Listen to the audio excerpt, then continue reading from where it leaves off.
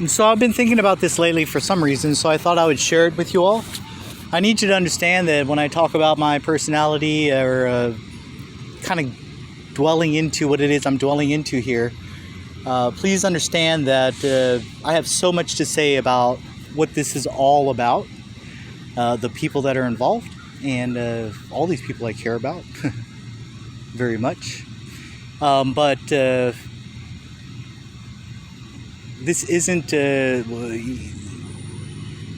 there's something coming where I explain, especially to the people that I not just care about, but people who, that's coming. But anyway, this has been on my mind for a bit, and this happened quite a long time ago. And it's just a little bit about kind of my personality, kind of how I approach things, how I see things.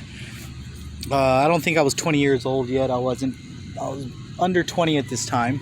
And I was stuck in a situation where I was in separations in the Navy. Some of you know what that means, some of you don't. It's just basically I was getting out of the Navy. I won't go too deep into talking about, I'm not going to go deep into how I got there and everything else. That's a whole nother installment. But anyway, we're in separations and in the Navy, and that's basically when they're processing you to get out. And you're running into all these different kind of people while you're in there. People that this is boot camp, by the way. Boot camp, Orlando, Florida. Boot camp. And so people come in, they get injured. Some of them pop positive on drug tests. And so just remember, if you go into the military, don't get high before you go in the night before, because they will kick you out the next damn day. And they do it after they cut your hair, because they know, sorry, because they know if you failed and you go back with that onion head, hopefully never mind. Just don't do drugs before you go into the military. That's all I'm trying to say.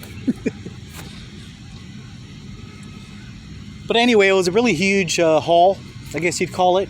Bunch of bunks.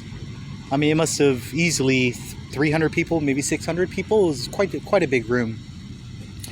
As big as any high school cafetorium. Wow, probably a little bigger even. But I'm making friends with some of the people in there and, doing the usual social thing. And there was a young man who came in, and I don't know, somebody came up to me and was like, "Hey, did you see the weirdo over there?" or whatever kind of terminology they used. And I'm like, "What are you talking about?" He's like, "I don't know, man. Everybody's kind of tripping out. That guy, he's acting really weird. So everybody's, they don't know if he's dangerous or not. We don't know what's going on." And so I started to watch, observe. And he was basically walking a steady pattern around a bunch of bunks. Different kind of patterns, sometimes going to loop here, going to loop there, but it may have been the same pattern. I didn't watch that closely.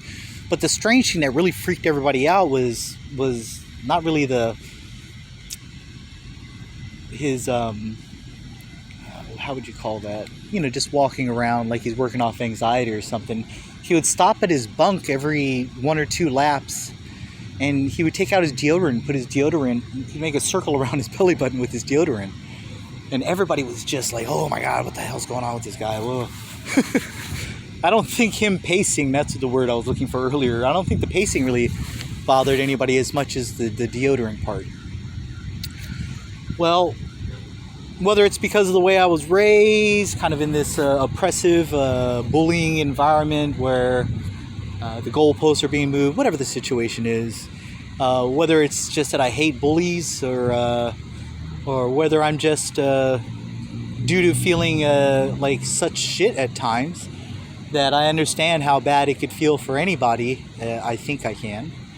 And so, well, I mean, it's just, it's not like I approached him with some sort of curiosity about what was going on with him, although that was I guess you could call it the instigating factor for me.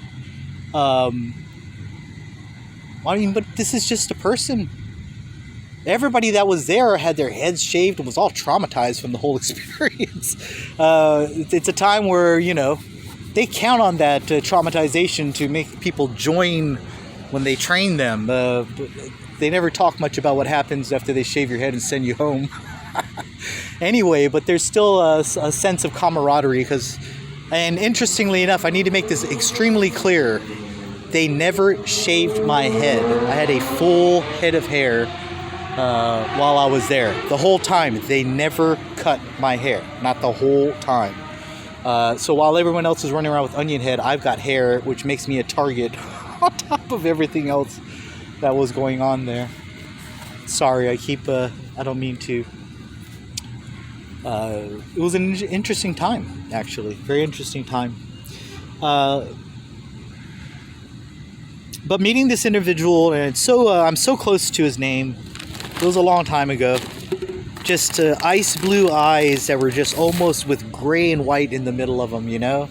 Very tall, very lanky, possibly, knowing what I learned from college, possibly, most likely, possibly strongly suffering from schizophrenia or, some sort of schizoaffective disorder because of the way he was acting, I guess. I would say that, but let me get beyond that.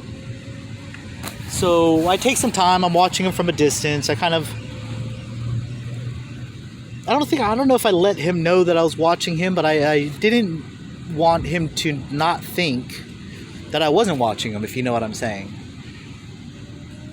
And I was able to get his attention in some way or another, and I was able to get him to sit down with me and talk a little bit. I probably walked with him, actually, to begin with, and finally got him to relax a little bit just to sit down. And, I think he was suffering from a real mental health issue, but the thing is, it's like nobody sat down with this kid. Everybody was watching him, laughing, pointing, doing weird things, but nobody, approached him and said, hey, what the heck is going on? So, if I remember correctly, I was there in November, and was I there from August? By the time I met him, he was from Michigan, and it was dead, cracking cold, getting ready, not dead winter, but cracking cold. It was getting ready to go to dead winter in Michigan. His father had put him out, gave him a carton of cigarettes or something like this, kind of a thing, and put him out and was like, go fend for yourself. And, he didn't have nothing else, so he went to join the military. And unfortunately, by the time, I just find it strange that it was pretty apparent that this person was suffering, But he came in, and I had a chance to meet him for myself. I'm grateful for that. I don't know if I had any kind of impact on that guy. The whole thing was traumatic. He was already coming from a point of trauma. He said he had basically almost frozen on the streets, and he said he figured if he better join the military and do something. The reason why I'm sharing this story with you is not to talk about mental illness and these kind of things, although those are things that are very, very, very becoming very much more apparent around us, and it isn't because we're just paying attention, it's because there is more of it. So let's consider that and be really thoughtful towards each other more than ever. Even if you see a guy putting deodorant around his belly button, maybe there's something different going on. And if you catch yourself putting deodorant around your own belly button, maybe your belly button stinks. But if otherwise, then don't be shy if a guy like me or a woman like me approaches you and wants to talk, because he seemed to do better afterwards a little bit. He broke the ice a little bit, and some of the guys started to talk with him some, because everybody was having their own anxieties at that time. Mostly because they were getting kicked out or put out, or I'll talk about that later. I just want to mention Navy Joe Nielsen because he was really a good person that I met while I was in there. But I just wish I could remember the gentleman's name. What I'm trying to do is let you understand and let you know who I am, how it is that these outside forces can absolutely change the color of any story, which there's many colors to be changed just in that story, not about me and the gentleman, but about how I got there and what happened while I was there. And I just wanted to share a little bit about who I am. I'm not afraid. I don't welcome weirdness, but I understand that weirdness is generally something created by a whole lot of pressure. And I didn't think there was anything weird about the guy except for the deodorant around the belly button, but I didn't totally think that was absolutely out of this world weird either.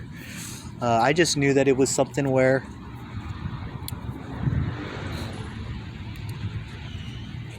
he was trying to soothe himself. So, I mean, what's the big deal? Go talk to a human. It was just as good for me. So, and anyway, this is also a very huge reminder for those that are exploiting me and my past and all this. You better pay strong attention to what really happened to me, what really happened, not to me, what really happened while I was there at RTC Orlando. And you better remember that I ain't no push around and no joke. I could have been out of there in a few days. I spent over, 3-4 months there? I'm in for the long haul. I'm not down for no bullshit. But I am down to let the facts fall where they are. And that's what I have always made sure and will make sure again. Without a doubt.